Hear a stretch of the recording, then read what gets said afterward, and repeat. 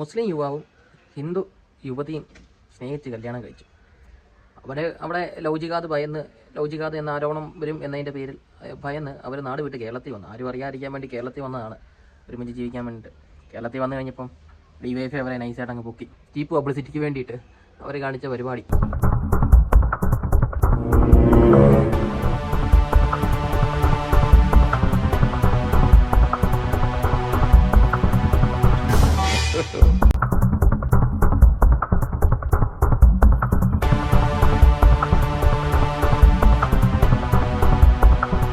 ആരും അറിയാതിരിക്കാൻ വേണ്ടിയിട്ട് അവർ ഇവിടെ ഒളിച്ച് താമസിക്കുമായിരുന്നു. ഇവന്മാർ കയ്യോടെ പൊക്കിയിട്ട് ചാനലുകളെല്ലാം വിളിച്ചു കൂട്ടി വൻ ആഘോഷ പരിപാടികളുമായിട്ട് ചാനലിന് മുമ്പിലെല്ലാം പട്ടിഷയൊക്കെ ആയിട്ട് ഇറങ്ങി. ഇനിയിപ്പോൾ അവരുടെ വീട്ടുകാരൊക്കെ കണ്ടു കഴിയുമ്പോഴത്തേന് അതിലും വലിയ പുകലും കാര്യങ്ങളൊക്കെ ഉണ്ടാകും. കാര്യം പ്രായപൂർത്തിയായ ആളുകളാണെന്ന് പറഞ്ഞപ്പോൾ ഒരു മനുഷ്യൻ്റെ ഒരു മനസമാധാനം നഷ്ടപ്പെട്ടു പോകുമല്ലോ. ആ പെങ്കൊച്ചിൻ്റെ മുഖം കണ്ടാൽ അറിയാം നല്ല ടെൻഷൻ ഉണ്ടെന്ന്. ഇവന്മാർക്ക് എന്തിൻ്റെ ക്രിമികടിയാണോ?